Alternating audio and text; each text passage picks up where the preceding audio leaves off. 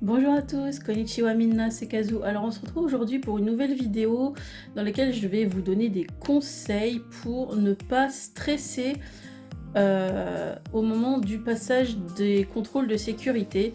On va pas se mentir, c'est le moment que tout le monde redoute, où tout le monde se demande si il a bien tout sorti, si tout ce qu'il a mis dans son sac va passer, si les liquides ils vont pas se retrouver balancés à la poubelle ou autre. Donc je vais vous expliquer comment ça se déroule exactement et comment bien préparer le contrôle de façon à ne pas stresser au moment de le passer, parce qu'en vrai c'est stressant en amont, mais en vrai ça se passe en 2 minutes, vraiment, c'est vraiment pas quelque chose de compliqué. Donc la première étape, c'est au moment de faire votre bagage cabine, ou votre petit sac personnel, c'est de regrouper. C'est-à-dire qu'il faut que vous mettiez dans une partie accessible de votre sac tout ce qui est électronique, donc ça va être PC portable avec les câbles, liseuse, console de jeu, enfin n'importe quoi d'électronique, portable inclus. Donc vous mettez ça dans une poche qui est facilement et rapidement accessible. Ça, c'est la première chose. La deuxième chose, je pense que c'est une règle que maintenant tout le monde connaît parce que on en parle tout le temps, même des fois aux infos, même bref. C'est la fameuse règle des 100 ml. Donc en fait, il faut que vos pâtes liquides et gel soient contenues dans un sachet transparent de 1 litre. Donc souvent on utilise un sachet zip, genre sa congélation. Et il faut que tout ce qui est dedans fasse moins de 100 millilitres.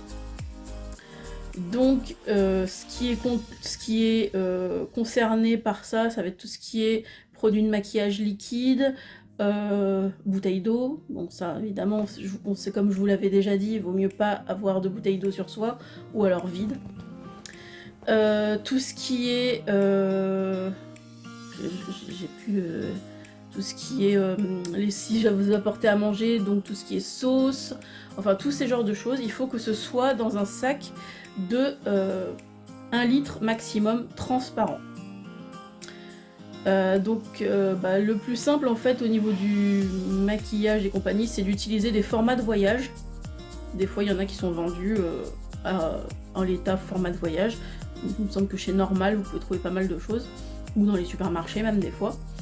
Et si vous n'avez pas de format voyage disponible, vous pouvez acheter un peu partout d'ailleurs, que ce soit sur internet ou dans les magasins, des pochettes de 1 litre avec des petits contenants à l'intérieur. Souvent il y a 3 petites boîtes genre grandes comme ça. Vous avez normalement un flacon poussoir et un flacon autre, je crois, peut-être des fois même il y en a encore un, dans lequel vous pouvez transférer vos liquides et pâtes. Ça aide à... Enfin, ça rentre... de toute façon, c'est conçu pour rentrer dans ce format et ça fait de toute façon moins de 100 ml. La petite astuce que je vous donne en plus, si vous avez vraiment peur qu'on vous arrête en vous demandant ce que c'est, il y a assez peu de chance, hein, faut être honnête. Mettez une petite étiquette dessus, une étiquette autocollante sur laquelle vous aurez écrit par exemple eau démaquillante ou crème nuit, ou enfin n'importe quoi. Mettez des petites étiquettes comme ça, au moins ils savent ce qu'il y a dedans s'il y a besoin de regarder. Voilà, donc comme je vous l'ai dit aussi, surtout ne pas passer la sécurité avec une bouteille d'eau pleine, parce que si c'est une bouteille en plastique, elle sera juste jetée à la poubelle, et si c'est une bouteille thermos, je pense qu'ils vont juste la vider, mais bon bref, faites pas ça, ça fait juste perdre du temps pour rien, et vous pouvez très bien remplir votre bouteille après la sécurité. Et le truc d'après, le bloc d'après au niveau des conseils, c'est ne pas porter sur vous de choses métalliques déjà, donc les grosses boucles de ceinture vous oubliez, les gros bijoux bien bling bling qui risquent de faire sonner le détecteur vous oubliez. Pensez simplicité, vraiment ça va vous faciliter la vie et ça va faciliter surtout le passage à la sécurité. Et aussi au niveau des chaussures, prenez des chaussures qui soient faciles à retirer si jamais vous avez besoin de les retirer, il y a besoin de les retirer, et qui n'ait pas de métal dessus. Alors si c'est un bout de métal, genre quelque chose qui entoure un truc de lacet, évidemment ça va pas sonner, mais si c'est, je dis n'importe quoi, enfin j'ai pas d'esprit, des exemples à l'esprit, mais je sais qu'il existe, oui, si par exemple les grosses chaussures, genre New Rock et compagnie, qui sont blindées de morceaux métalliques, vous oubliez. De toute façon, il faut que ce soit facile à retirer à la sécurité. Et ça, comme ça vous fait pas perdre de temps, ça fait pas perdre de temps au personnel et ça fait pas perdre de temps aux gens derrière vous. Parce que si vous pétez trop de temps à sortir les trucs de vos sacs, ça va râler derrière. Bon, déjà, ça râle déjà de base, mais ça va râler encore plus. Voilà, donc ça c'est au niveau de la préparation avant d'arriver à l'aéroport. Maintenant, une fois que vous êtes sur place, comment ça se passe? Donc en fait vous prenez un bac, vous faites la queue, vous prenez un bac, dans ce premier bac vous mettez vos vestes, manteaux, gilets, enfin tous les vêtements en plus que vous avez sur vous, vous les mettez dans le bac, par-dessus vous mettez votre sachet avec les liquides, et vous mettez aussi éventuellement vos médicaments avec les éventuelles ordonnances et vos clés. Ça c'est le premier bac, et dans un deuxième bac, vous mettez vos appareils électroniques, donc comme je vous disais, PC portable, tablette, liseuse, console de jeu, n'importe quoi d'électronique. Et éventuellement aussi, si vous avez des grandes chaussures, genre bottes, talons, etc. Et ensuite, vous faites glisser les bacs le long d'un espèce de rail à rouleau. Ça va passer dans le détecteur, dans le scanner. S'il n'y a rien de bizarre dans votre scanner, enfin dans le scan de vos bagages, vous les récupérez et vous remettez vos affaires dans votre sac de façon normale. Si toutefois il y a un souci, ça peut arriver, hein. C'est arrivé à Prune en 2024, elle avait oublié un couteau à bourron qu'elle avait laissé dans son bagage, qu'elle s'en souvenait plus.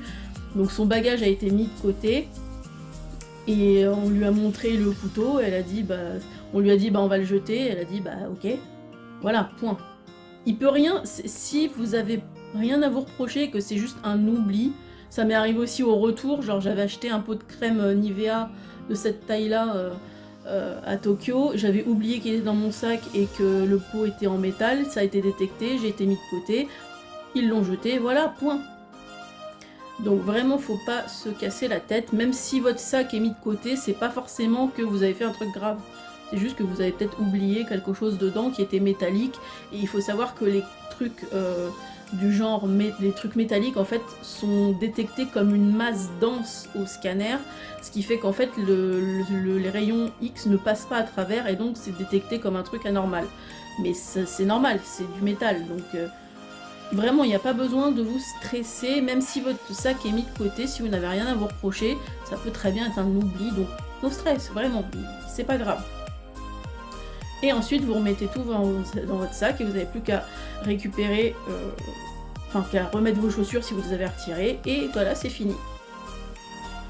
Le tout, en fait, pour le passage de la sécurité, c'est vraiment juste de ne pas stresser et de vous organiser avant. Si vous êtes bien organisé, ça passera crème.